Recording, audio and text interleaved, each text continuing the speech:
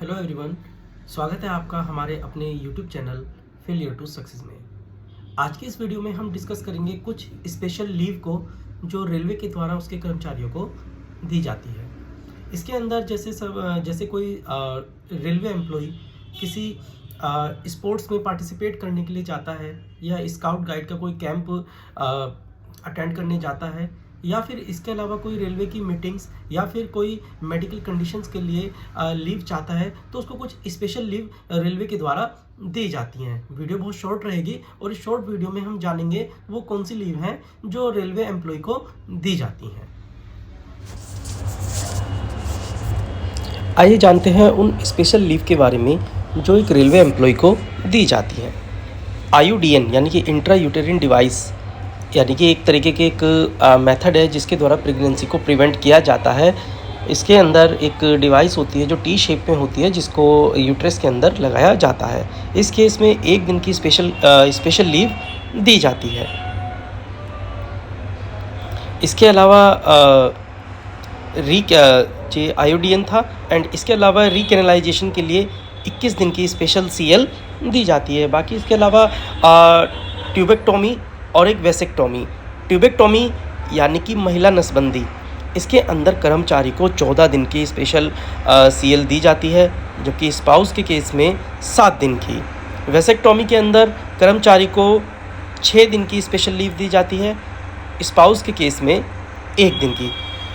थोड़ा सा इसको विस्तार से जानते हैं ट्यूबेक्टोमी और वेसेक्टोमी को। देखिए, मैंने बताया जैसे कि ट्यूबेक्टोमी यानी कि एक महिला नसबंदी होती है। एम्प्लॉय को ट्यूबेक्टोमी कराने पर कोई स्पेशल लीव नहीं दी जाती है, केवल 6 सप्ताह की मैटरनिटी लीव मिलती है। यदि ट्यूबेक्टोमी ऑपरेशन के बाद पोस्ट हॉस्पिटलाइजेशन होना पड़े तो complete hospitalisation period special leave कहलाता है। यानी कि अगर आप इस पे हॉस्पिटलाइज्ड हो रहे हैं उस केस में ही आपको स्पेशल लीव दी जाएगी। यदि ट्यूबेक्टोमी ऑपरेशन के बाद आउटडोर ट्रीटमेंट कराया गया तो मैक्सिमम 14 दिन की एक स्पेशल लीव दी जाएगी on the basis of medical certificate. यदि पहली बार और दूसरी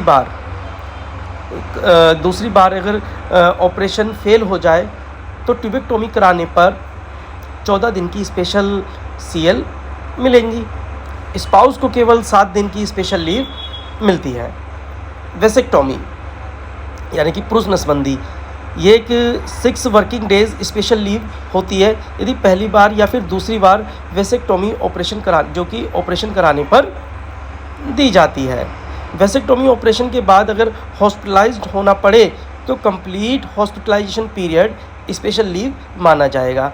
और यदि आउटडोर ट्रीटमेंट कराने पर 7 दिन से अधिक स्पेशल लीव को भी मेडिकल सर्टिफिकेट के आधार पर मिलती हैं और स्पाउस के केस में 1 दिन की स्पेशल लीव होती है।